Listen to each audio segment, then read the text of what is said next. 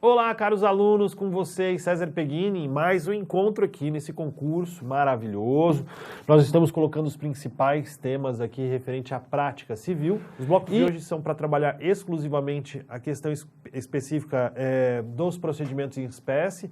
Eu vou bater com vocês duas ações muito importantes que para a Defensoria se aplica muito bem, que é a questão específica das ações possessórias e das ações de alimentos. São duas ações que têm bastante incidência prática na atividade, então são duas questões ou dois procedimentos especiais importantes, mas claro que eu não vou trabalhar exclusivamente com eles. Sendo assim, qual que é o próximo? A modalidade de recurso que nós vamos trabalhar é o recurso especial. Eu vou colocar para vocês somente os tópicos mais importantes, não é um resumo bem breve do que pode ser o recurso especial e o recurso extraordinário, mas depois disso, eventualmente, eu vou colocar para vocês os principais elementos que eu acredito que a gente possa discutir sobre cada um deles. Bem, professor, vamos colocar... Acho que a melhor coisa que a gente pode fazer é o seguinte, vamos fazer um pouquinho diferente. Coloca assim, ó, competência recursal, tira essa palavra recurso especial, nós vamos fazer um pouquinho diferente. Nós vamos colocar assim, ó, competência recursal do STJ e do STF. STJ e do STF. Porque aí, eu já analiso tanto o recurso especial quanto o recurso extraordinário numa mesma porrada.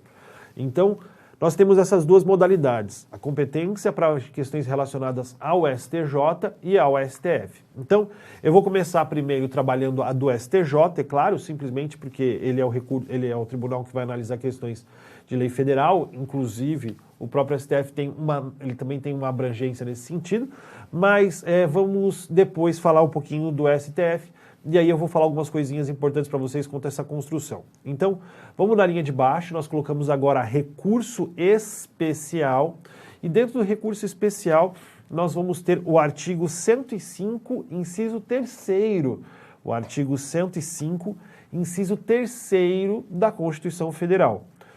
Agora nós vamos entender quais são as hipóteses de cabimento, Jaque. Primeira situação, você vai colocar o seguinte, causas decididas. Qual é a competência do STJ? Não é? Nós temos aí duas situações. Então pode colocar um sinal de igual, porque exatamente é este o caminho. Nós vamos colocar o seguinte, causas decididas em única ou última instância. Então, existem causas que são decididas em única ou última instância, porque lá nós temos competência, a competência originária, também como a gente sabe, ou por tribunais, por TRF ou TJ. Então, nós temos aí, então, a competência do recurso para efeitos de recurso especial. Pode dar um enter aqui para mim, Jaque, por favor. Pelo STJ, ou seja, o recurso especial é aquele que vai para o STJ. Coloca aqui na frente para nós, STJ. Isso, STJ. E aí nós temos o artigo 105, e nós temos como competência, coloca mais um hífen, nós temos como competência as causas decididas em única ou última instância pelos TRFs ou pelos TJs. Então, ou seja, César, por decisões proferidas pelo Tribunal de Justiça dos Estados ou pelos tribunais regionais federais. Então, essa é a competência que nós temos para esse tipo de situação. Por isso que muitas das vezes, Jaque, você já deve ter visto, por exemplo, o STJ se manifestar sobre partilha de bens relacionadas ao FGTS. Não sei se você sabe disso, o STJ tem posicionamento interessante nesse sentido, dizendo que o FGTS, não é, para casos de dissolução da sociedade conjugal, do período da união, ele na verdade é objeto de comunicação. Por quê, professor? Porque essa decisão teve origem de um Tribunal de Justiça estadual. Então, por isso que cabe recurso especial nesse sentido. Ah, professor, mas eu não acho certo isso. Eu sei que você pode achar errado ou não achar justo, mas pare e pensa comigo. Uma pessoa da organização familiar ficou trabalhando a vida inteira e a outra trabalhando para fora e a outra trabalhando para serviços domésticos, ela não contribuiu para a outra ter o FGTS dela devidamente recolhido, Jaque? Então, é esse tipo de provocação que o STJ fez. Bem, Mas quais tipos de decisão que são combatidas pelo recurso especial? Agora nós vamos ter 3 situações. Ponto. São 3 tipos de decisões. Decisões. 2 pontos. Decisão no termo técnico mais genérico, né, Jaque? Porque a gente sabe que nesse caso somente acórdãos serão objeto de recurso especial. Na linha de baixo, letra A. Quando a decisão contrariar tratado ou lei federal,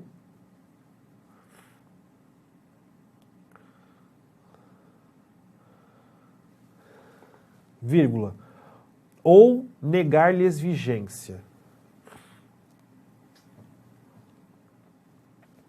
Vigência. Pô, professor, não entendi. Me dá um exemplo disso? Vamos pensar numa situação bem clara de um sujeito que simplesmente é preso por ser depositário infiel hoje em dia. Vem alguém lá e fala, comprou um carro alienado fiduciariamente, comprei. Então, nesse caso, professor, que você comprou um veículo alienado fiduciariamente, como é que fica essa situação? Eu posso prender o sujeito? Não, a gente sabe que tem o Pacto de São José da Costa Rica, que na verdade é um tratado, né, é um tratado internacional, não é bem um tratado, é um pacto internacional, e que nesse caso não poderia ser uma hipótese de prisão. Então seria hipótese, por exemplo, de cabimento de recurso especial. Beleza? Letra B, Jaque, vamos lá. Segunda situação. Quando a decisão julgar válido ato de governo local contestado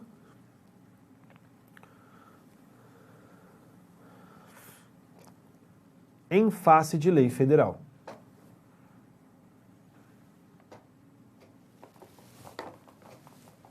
Ponto. Jaque, qual que seria o exemplo aqui? De situação de decisão que julgar válido o ato de governo local contestado em face de lei federal. Esse é um ponto muito importante. Eu não sei se eu concordo bem com isso, mas eu também não tenho que ficar discutindo com vocês nesse ponto. Eu acho que o Brasil é muito grande e cada estado tem sua respectiva realidade, Jaque. Então eu acho que existem, tecnicamente não está correto falar isso, mas existem muitos Brasis dentro de vários Brasis. Então eu não posso dizer, por exemplo, para mim, que nós poderíamos ter uma regulamentação específica relacionada ao processo civil, por exemplo, no Amazonas e também em São Paulo.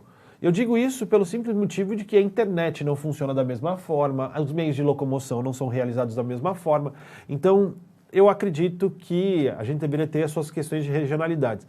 É assim que funciona de verdade uma república federativa. Tem vários estados confederados, como acontece, por exemplo, nos Estados Unidos. Em alguns estados tem pena de morte e outras não. Mas no Brasil nós temos o STJ e o STF, e a finalidade é dar interpretação uniforme a toda a lei federal. Então nos Estados Unidos também tem um pouco disso, na Suprema Corte norte-americana, mas na verdade, quando você tiver uma decisão estadual, por exemplo, de trabalhar o Código de Defesa do Consumidor, porque é possível, eventualmente, você trabalhar essa questão, e aí vem a lei federal e diz, olha, somente podemos ter uma única codificação relacionada ao consumidor. Esse seria um bom exemplo. Então, esse é o terceiro exemplo. E a última situação, já que letra C, dissídio jurisprudencial, é dissídio.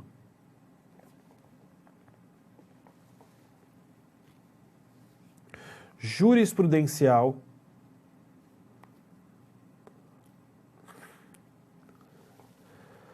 O que é o dissídio jurisprudencial, César? Pode colocar entre parênteses. Interpretação divergente da lei federal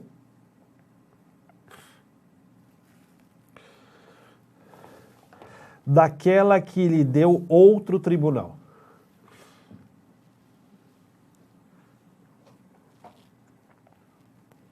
Exatamente isso. Esse é um ponto bastante interessante. Pode fechar, Jaque. Um exemplo prático que eu posso colocar aqui para vocês sobre a questão do dissídio jurisprudencial. Jaque, tem coisa mais conturbada nessa vida do que o dano moral? Não tem. No dano moral, nós temos situações de julgamento assim ínfimos como julgamentos milionários. Só para você poder entender, Netinho, existe uma necessidade do STJ de simplesmente fazer que os tribunais apliquem o dano moral de uma forma meio que equânime, linear.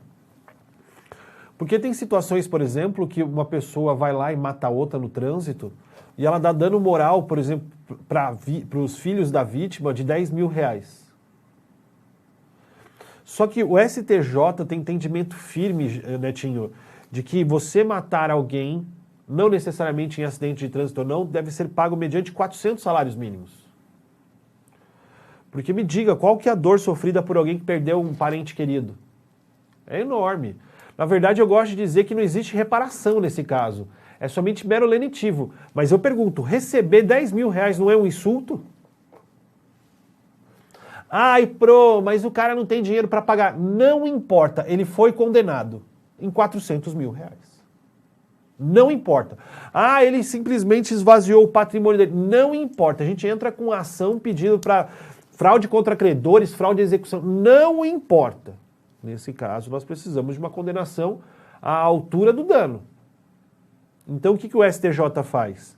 Ele tem um posicionamento firme de que morte gera dano moral entre 400 e 500 salários mínimos. Aí vem um tribunal estadual e condena um cara por 10 mil reais. Esse é um exemplo de dissídio jurisprudencial aplicado dentro do recurso especial. Beleza, Jaque? Então, por que eu coloquei esses pontos aqui para nós? Eu coloquei eles por conta da construção por trás, principalmente por conta da competência.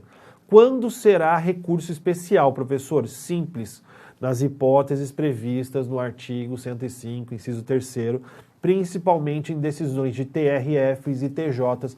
Lembrando, Jaque, que não cabe de decisão monocrática, sempre decisão colegiada, certo? As questões por trás disso é que pode acontecer muita coisa, mas basicamente são esses 3 pedestais que nós temos aqui nos recursos especiais e nos recursos especiais pontualmente. Vamos para o recurso extraordinário? Vamos lá, recurso extraordinário.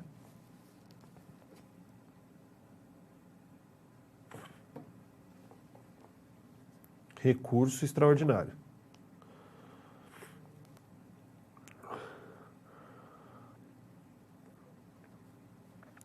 Pode colocar um hífen, vamos colocar aqui uma coisa bastante importante para nós, que é a fundamentação da própria Constituição. Artigo 102, inciso 3º da Constituição Federal. Né? O que eu quero colocar para vocês é que o recurso extraordinário tem uma regulamentação e tem uma aplicação muito próxima, não é? Da própria construção por trás do recurso extraordinário em si, ou do recurso especial em si.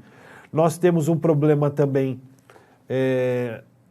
de um recurso excepcional, como anteriormente já foi colocado o recurso especial. Ele, de certa forma, tem um processamento muito parecido, a não ser quanto à questão específica do próprio regimento interno. O prazo das duas situações, apesar de eu não ter dito anteriormente, são sempre de 15 dias, por conta daquela uniformização, mas nós vamos ter alguns problemas específicos por trás do artigo 102, principalmente por uma coisa chamada repercussão geral. Né? Não é tão fácil ministrar um recurso extraordinário, porque ele precisa de uma coisa chamada recurso, ele precisa de um elemento a mais chamado aí repercussão geral. O que seria essa repercussão geral, como ela funciona, eu já vou dizer para vocês, mas vamos lá colocar algumas coisas importantes aqui para nós. Nós vamos colocar da mesma forma que eu fiz aqui em cima, gente, colocar assim, ó, quais são as causas decididas, não é? Quais são as causas decididas. Então, a regra aqui é bem simples, eu somente vou copiar e colar, porque, na verdade, é basicamente o mesmo conceito. Então, Quais são as causas que podem ser aí? Dá um Ctrl. Ai, o que eu fiz, Jaque? Dá um Ctrl, voltar. Isso. Perfeito. Desculpa, Jaque. Isso que dá pra ficar mexendo. Quando eu mexo na lousa, acontece esse tipo de coisa, meus queridos alunos. Pra vocês verem aqui que é mais ou menos tudo no Ctrl C. Isso. E só tem que tirar isso. Perfeito. Perfeito. Nesse caso, nós temos aqui uma mesma situação anterior, que são as causas decididas em última ou única instância. Ô, professor, então seria a mesma situação, a mesma competência do próprio STJ? A resposta é muito próxima que sim. Né? De certa forma, a gente pode pensar que sim, teria a mesma competência, mas a gente sabe também que não é somente do TRF, do TJ, mas também eu preciso somar um elemento a mais aqui já, que qual é? Do próprio STJ, né? Você entra com os dois recursos ao mesmo tempo, mas muitas vezes o próprio STJ aguarda algumas decisões do STF, porque eles sabem que ela é a última instância. Então, o que nós temos aqui então? Causas decididas em única ou última instância por TRF, por vírgula, TJ ou STJ. Então, qual foi um bom exemplo, Jaque, de que se aguardou a decisão pelo parte do STF e o STJ não julgava, ele ficava com o pé meio atrás? Um exemplo bastante interessante de direito civil foi a inconstitucionalidade do artigo 1790.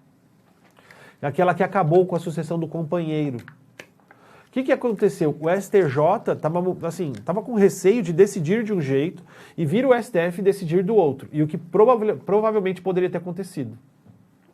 Então, o STF acabou julgando essa situação e acabando com esse problema posteriormente. Só que não tem somente esse requisito. Então, são causas decididas em única ou última instância por TRF, TJ e STJ, só que tem uma observação importante aqui, já que na linha de baixo é a observação. Desde que demonstrada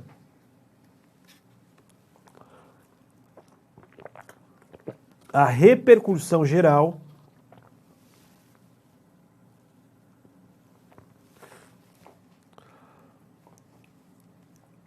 conforme a aprovação de 2/3 de seus membros, ou seja, 8. Né? Nós precisamos de 8 ministros para poder trabalhar a questão específica da repercussão geral. Bem, professor, o que seria essa repercussão geral? Havia um reclame, não era, que era bastante comum já, de que o STF analisava tudo. Teve até um caso bastante famoso, histórico, porque não havia previsão no Código Civil, e esse processo chegou até o STF, que foi o caso de dano moral de uma moça que perdeu uma frasqueira. Ela perdeu, na verdade, uma frasqueira. Na verdade, não foi ela que perdeu a frasqueira. Foi a empresa aérea e ela foi até o STF para poder reconhecer o dano moral. Pô, professor, só para reconhecer o dano moral é só codificação. E nesse caso, como não existia previsão no Código Civil somente na Constituição Federal, a coisa foi estar lá em cima. E aí eu pergunto, qual é a repercussão geral que existe em uma pessoa perder uma frasqueira, ô Jaque? Nenhuma. Mas a ideia da repercussão geral é dizer o seguinte, aquela decisão afeta a sociedade como um todo. Então, tudo que o STF tem julgado, por meio de recurso extraordinário em específico, precisa de repercussão geral. Quais seriam os bons exemplos? Tem vários, todos eles objetos de repercussão geral. Reconhecimento das uniões estáveis homoafetivas, a questão da criminalização da homofobia, que é recente, que por sinal está em julgamento, ainda não encerrou o julgamento até a última contagem que foi feita. A questão já foi criminalizada porque a maioria dos votos já foi decidido que sim. Mas tudo que bate no STF por meio de recurso extraordinário precisa dessa construção. Mas, professor, seria somente isso? Não, porque, na verdade, nós colocamos aqui que, então, desde que, de certa forma, sejam decididas em última e única instância por esses 3 órgãos, que obrigatoriamente precise, de certa forma, da repercussão geral, mas aí nós precisamos colocar mais uma vez as situações ou quais são os tipos de decisões atacadas. Pode dar um Ctrl C, já que eu não vou mexer, porque toda vez que eu mexo na lousa eu faço arte. Na linha de baixo, nós temos, na verdade, 4 situações e não tão somente 3. Então, vamos colocar aqui que nós temos 4 tipos de decisões que podem ser atacadas. Vamos lá, Jaque. A primeira delas é quando a decisão contrariar dispositivo constitucional.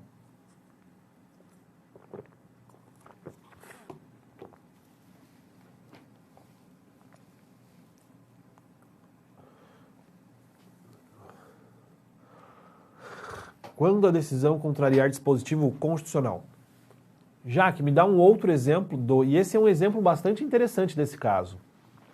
Não é? Eu gosto muito desse julgado e gosto de citá-lo, porque foi um caso bastante interessante. Qual foi, Netinho, uma situação que eu fui questionado uma vez dentro de sala, por telefone, pelo meu cunhado.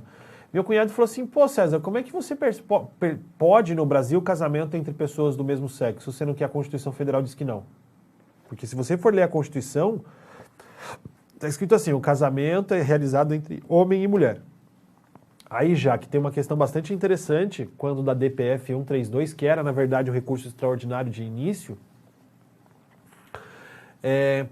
a questão específica dos reconhecimentos das uniões estáveis homoafetivas somente foi possível porque você tem outro princípio constitucional que afasta essa regra constitucional, que é o princípio da solidariedade constitucional. Todo mundo fala que é o princípio da isonomia ou da igualdade. Não foi. Na verdade, a questão que consta por trás de um dos recursos e uma das partes mais importantes para mim, dizendo o seguinte, quando você não reconhece as uniões estáveis homoafetivas, você simplesmente segrega. E se você segrega, você não está sendo uma pessoa solidária. E um dos fundamentos da Constituição Federal é tornar uma sociedade livre, justa e solidária. Aí um princípio afastou uma regra constitucional. Então, esse é um bom exemplo aqui de uma decisão de nível, seja ela nesses casos de TJ, que com certeza, ou do próprio STJ, que contraria a lei federal, que seria o princípio da solidariedade. Letra B de baixinho, Jaque, vamos lá. Quando a decisão declarar inconstitucional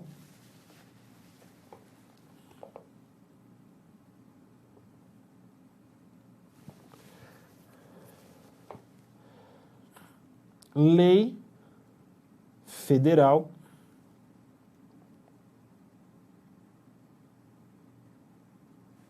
ou tratado internacional.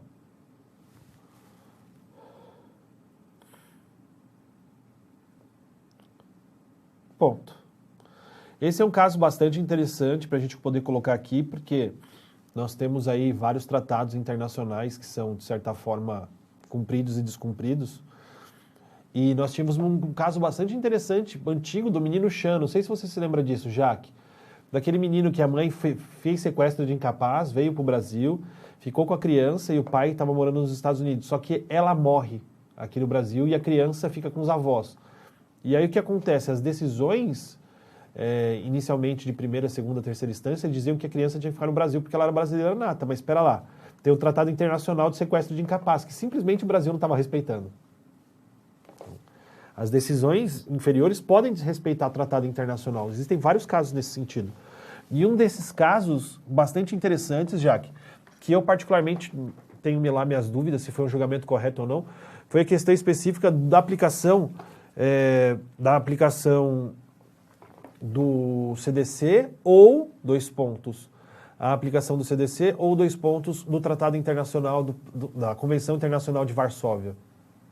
Esse é um caso bastante interessante aqui para nós, que, na verdade, trabalha a questão de se eu aplico a lei nacional do Código de Defesa do Consumidor contra as empresas aéreas ou se eu aplico a lei especial. Então, esse é um ponto bastante interessante aqui para nós e que entendeu-se que deveria ser aplicado o Tratado Internacional e essa é a minha parte da minha dúvida, bastante interessante, diga-se de passagem. Bem, professor, somente isso? A resposta é não. Tem mais uma terceira situação. Qual que é a terceira situação? Quando a decisão, vamos lá, quando a decisão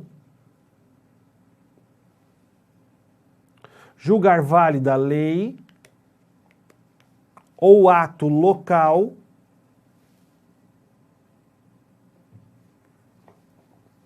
contestado em face da Constituição Federal.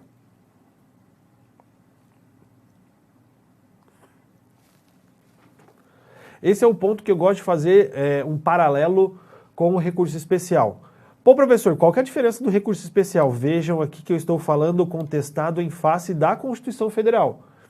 E aqui, meus queridos, eu estou falando contestado ou julgado válido ato de lei federal. Então, quem protege a lei federal, professor? Simples assim, quem protege a lei federal, na verdade, é o STJ. E quem protege a Constituição Federal é o STF. Só um detalhe, viu, meus queridos? Antes de 1988 não existia STJ. Então o STF acumulava a competência tanto do STJ quanto do STF.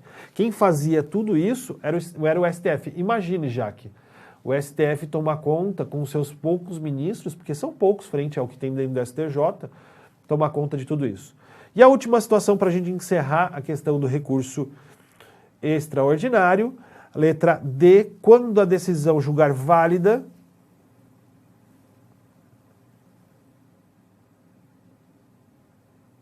lei local contestada em face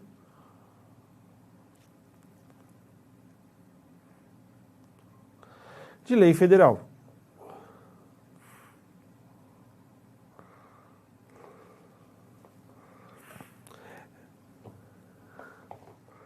Essa é somente uma questão de competência legislativa que foi incluída na Emenda Constitucional 45, não estava na redação original da Constituição. E você se pergunta, mas não seria uma exacerbação de competência, levando em consideração que o STJ também tem esta análise, não é? Na verdade, é uma discussão referente à competência, como já bem coloquei, se o tema é constitucional ou não, se há uma análise constitucional dessa questão ou não. Sendo assim, ela é uma questão simplesmente a ser observada de acordo com o caso concreto, não vendo problema nenhum nesse sentido de competência, tendo em vista a inclusão no artigo 102, parágrafo, inciso 3º. Tudo bem? Jaque, então esse é um universo bastante interessante para nós, tem bastante coisa que chega ao STF e ao STJ, mas esse é um ponto que deve ser analisado de acordo com o caso concreto. Beleza, Jaque? Netinho, querido aluno, intervalinho, e voltamos para poder falar dos procedimentos especiais. Intervalinho.